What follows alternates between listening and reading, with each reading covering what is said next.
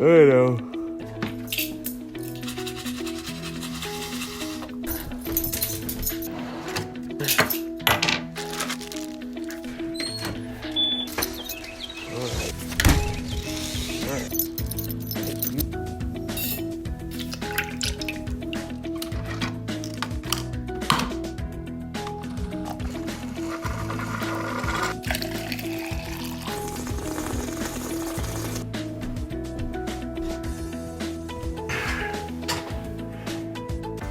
Alrighty, folks, so it is week 6? Week 6. It's the 6th week of COVID, lockdown, quarantine, fun. So I want to thank everyone that sent comments, texts, and other things to help me improve my fried rice cooking ability.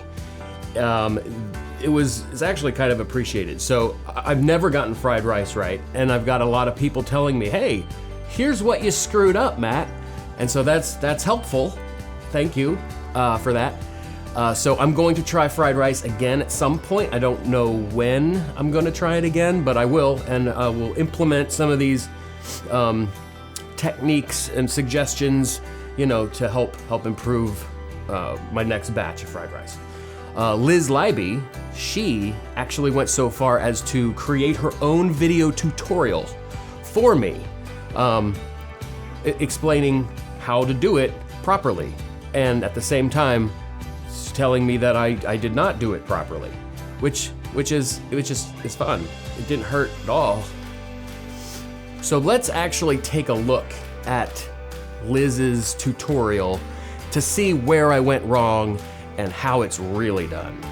The grain of rice and the color of the rice that you're cooking, it's important that you do the right rice to water ratio. So if you have short grain rice or white rice, these times are going to be different. So that's probably number one of the reasons why your rice is coming out clumpy, is because you don't have the right ratio.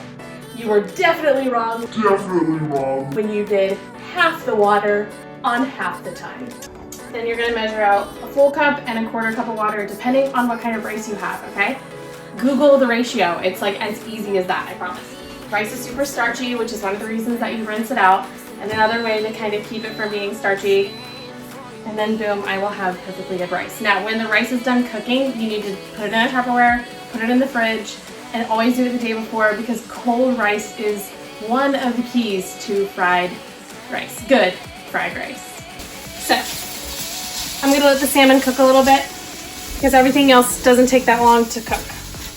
All right, so you can see that the salmon is starting to cook. All right, my salmon is cooking really well, so the next thing I'm gonna add are the frozen veggies.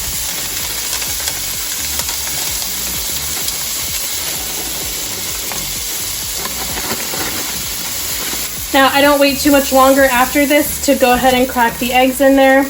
And I'm actually gonna turn the heat up just a smidge because I like those eggs to cook real fast. So I cook them and then I break the yolk myself. I don't want them to be scrambled eggs. I want them to be more like fried eggs. I season the eggs and I season the veggies. And once they're cooked, I mix everything up. All right, I'm gonna turn down the heat again. I'm gonna go a little more medium. Look at that good sizzle. That's what you want. All right, this is the part where we add the rice, cold from the fridge. And then I like to flatten it out. I flatten my rice out. I let it sit, and I kind of let it fry on the pan. So the next time I kind of flip and mix the rice has gotten just a little crunchier. And the soy sauce is gonna like heat with the pan. There's gonna be some caramelization there, and you're gonna get like just the slightest bit of crunch. It's really good. Maybe Alan will tell us his opinion. What do you think, Alan?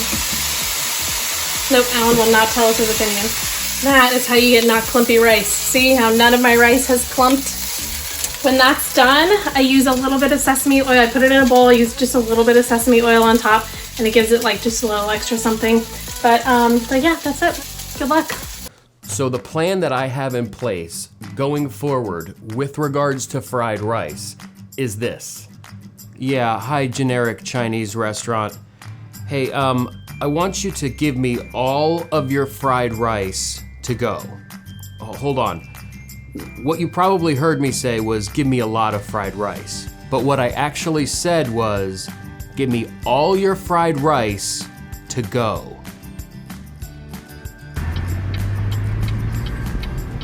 All right, so here we are. I am at the Golden Palace Chinese restaurant. I called about 20 minutes ago, and now I'm showing up, and I don't even have to get out of my car. All they're gonna do is come out, bring out a little swipey card thing, give me the food, swipe my card, and I go about my way. How easy is that? All right, got my Chinese food, ready to go. So let me tell you the benefits of going to the Chinese restaurant, going to the Chinese restaurant and purchasing Chinese food made by professional Chinese people. They're professional at being Chinese. Yeah, I think that's racist. So benefit number one, it's cheaper. So I got a whole spread of Chinese food for less than I would have spent if I went to the grocery store and just bought what I needed for fried rice alone. Benefit two, it's right. It's made correctly. It tastes better than anything I can put together. Three, it lasts for like days. I got Chinese food that's gonna last me through the weekend and probably until like Wednesday. I went overboard, I got a lot of Chinese food. Benefit number four, it takes way less time. I don't have to cook it. I don't have to go to the grocery store to buy the ingredients. I don't have to cook it. I don't have to prepare anything, and I don't have to cook it. Going to the Chinese store, it's not the Chinese store. I'm going to the Chinese restaurant, which takes like, 10 minutes to get there and get back. I'm on the phone for, 2 minutes, and that's my entire time commitment, 12 minutes. Done. And now, lockdown news.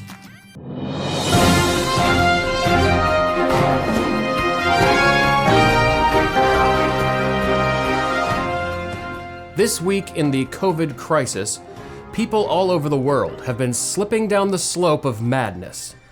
None other than my own sister has been losing her mind.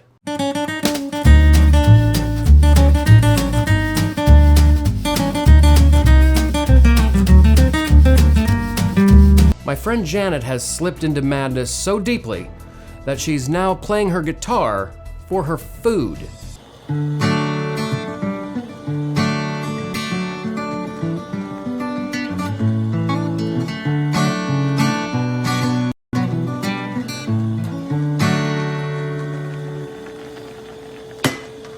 Our beloved field correspondent Elias has lost it to the point that he believes he was selected by the Eagles in the NFL draft. What's going on, everybody? It is draft day, and I am ready.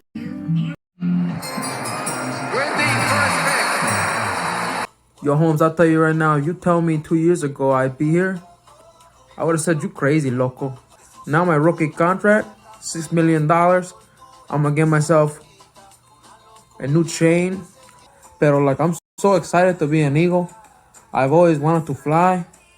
I usually scared of airplanes, but now I'm an Eagle, so I can fly whenever. Yeah, bro, they just call me. They say they're gonna select me. Of course you can borrow money. Yeah, you can open up your new taco stand. And of course, everyone's favorite celebrity, Lizzie Grace, lost it the most this week. Just watch. No. I downloaded this new TikTok. How's it work?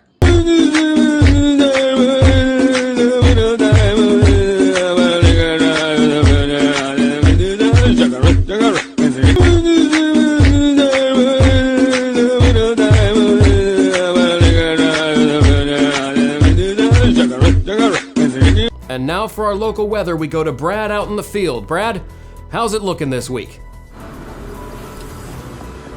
Looks, pretty good. Yeah. Thanks, Brad, for that detailed weather report.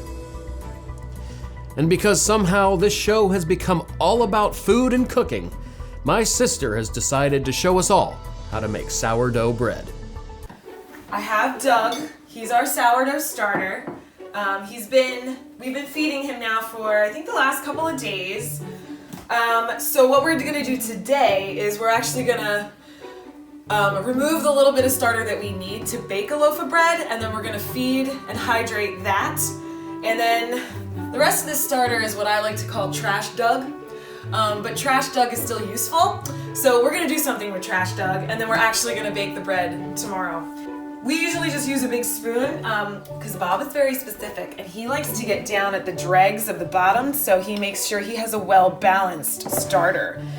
So we're gonna take about 2, kind of like heaping, if I can get it heaping, of this Doug. Whoop, there we go. And then we're just gonna add our water first. So now that that's kind of combined, now I'm gonna add the flour. So that was basically 1/4 cup of starter to 1 cup flour and water. Good enough for government work. So now, all we need to do is cover him so he can feast. All right, so then now we have all this trash starter, so we gotta do something with it, right? I don't wanna throw it out. So what we're doing is we're preheating our oven to 400 degrees, and we've got our cast iron pan here, which has been pre-seasoned basically with some garlic salt. Okay, and then we're gonna pour our starter in here, and we're basically gonna make a flatbread pancake. Actually, I'm gonna use this flavored oil. Yes. Oh, now I gotta wait for the pan to heat up. Now I do have to wait for the pan to heat up. Another fast forward montage here, Yeah, Matt. fast forward this part, Matt.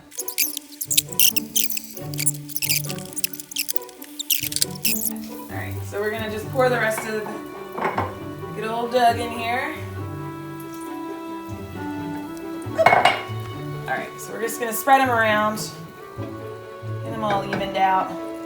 Now we're gonna season the crap out of them. Red pepper flakes, because we like it some spicy. A healthy dose of oregano. We got some chili pepper. Just a little bit of pepper. And then we've got this like sea salt, garlic sea salt grinder. So it actually can take a pretty decent amount of salt. And then because I like it just like nice and fresh and green, we've got some fresh parsley here. All right, so we're gonna let that do its thing, and then we're gonna pop it in the oven, and then you're gonna see the final result. I'm gonna reveal the flatbread.